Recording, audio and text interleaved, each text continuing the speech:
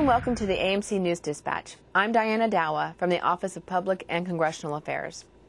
One of the duties of the AMC Command Sergeant Major is to reach out and visit supporting units, get to know the workforce, and present feedback or ideas or suggestions to the AMC Commanding General upon return.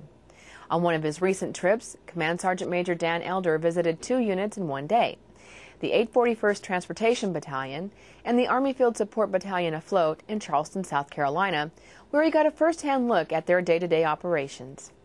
Command Sergeant Major Elder made his first visit to the 841st Transportation Battalion, located at the Naval Weapons Station. The battalion is a subordinate unit of the Military Surface Deployment and Distribution Command, a subordinate command to AMC. The 841st conducts command and control, service deployment and distribution operations for the Department of Defense through ocean terminals and facilities in peacetime and war. During this visit, Elder participated in a town hall meeting, giving soldiers an opportunity to discuss issues. One of the issues was how operations would continue now that SGDC falls under AMC. One of my roles is communicating to the enlisted soldiers and non-commissioned officers at AMC. So it was important, as we have gained these new organizations as part of Army Materiel Command, to meet with the soldiers and explain to them what this means. And though there were questions about how is this new relationship going to affect me as an individual, the good news is the same thing I told them is, in most cases, it'll be for the better. I don't think on a day-to-day basis that they're going to see much difference. They'll still do the same duties. They'll still have the same responsibilities. And the work's probably not going to change much for them. Hopefully, we'll be able to streamline some of the operations. We'll be able to be more of a provider and a supporter to them. So, in those respects, we just want to allay their fears, make sure that they understand a little better about what's going on, and and not have to hear about it from secondhand news. So to hear it from my mouth, I think, is important. It's great to come down through the chain of command and the NCO support channel. But hopefully they'll understand our concern by me coming to them personally and just listening to what was on their mind and just talk with them. As the busiest military terminal battalion, the 841st is the Army's expert on loading the nation's sea-lift asset of choice, the large medium-speed roll-on, roll-off vessel. It was during this visit that Elder observed vessel discharge operations on the westward venture and was given a tour of the ship. They were downloading some equipment that had come back from overseas, and I've seen ships loaded. I've seen ships, or some of the vessels actually, where we have prepositioned stocks or equipment going into theater. And now this is my first experience on a redeployed cargo vessel. Again, another great group of folks doing important work for our nation.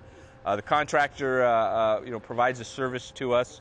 The folks that work with SDDC to help, coordinate the movement of that equipment is very important. It's all a part of the end-to-end service that AMC provides, whether it's in the delivery, whether it's in providing the material or getting the material back to the organizations that are going to do something with it, to repair it, to overhaul it, and get it back to a combat-ready status so we can reissue it back to soldiers, whether it's at home station, so they can train and prepare their organizations, or back into the fight. So, to understand the full process from from acquisition to fielding to delivery and redeployment is something that's important for me and Army leaders to really understand.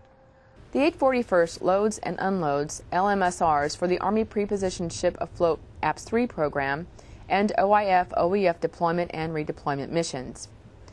The second unit Elder visited that day, the Army Field Support Battalion-Afloat, manages the APS-3 program.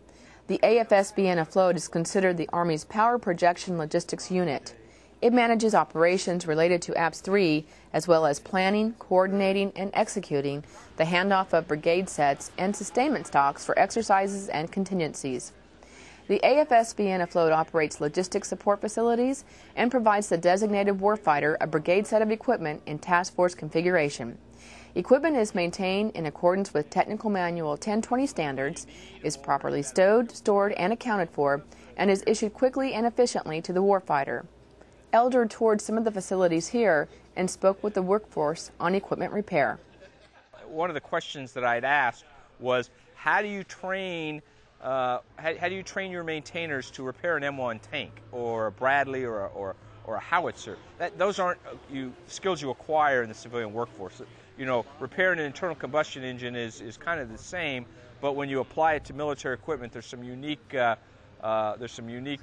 peculiarities that come into play here. And one thing I learned is this workforce is over 70% former military.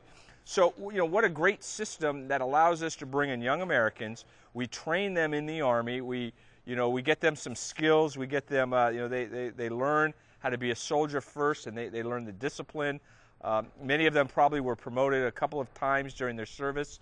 They served honorably, and for whatever various reasons they get out of the Army, but they're still contributing. They are still contributing to our nation by serving in organizations like the AFSBN-Afloat here. So I think it's a great investment. It's a return on our investment. The Army spent the money to bring them in and train them. So if they're able to be hired in the civilian sector, take those skills and apply them and continue to provide a service to our country, I think it's a great way of doing business.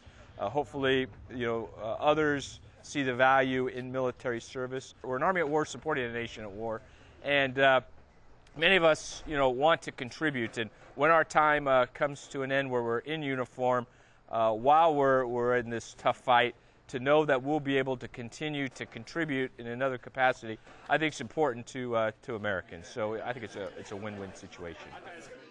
That wraps up this week's edition. Thanks for watching. If you would like more information on AMC news stories, visit our website at www.amc.army.mil. Join us next week for another edition of the AMC News Dispatch.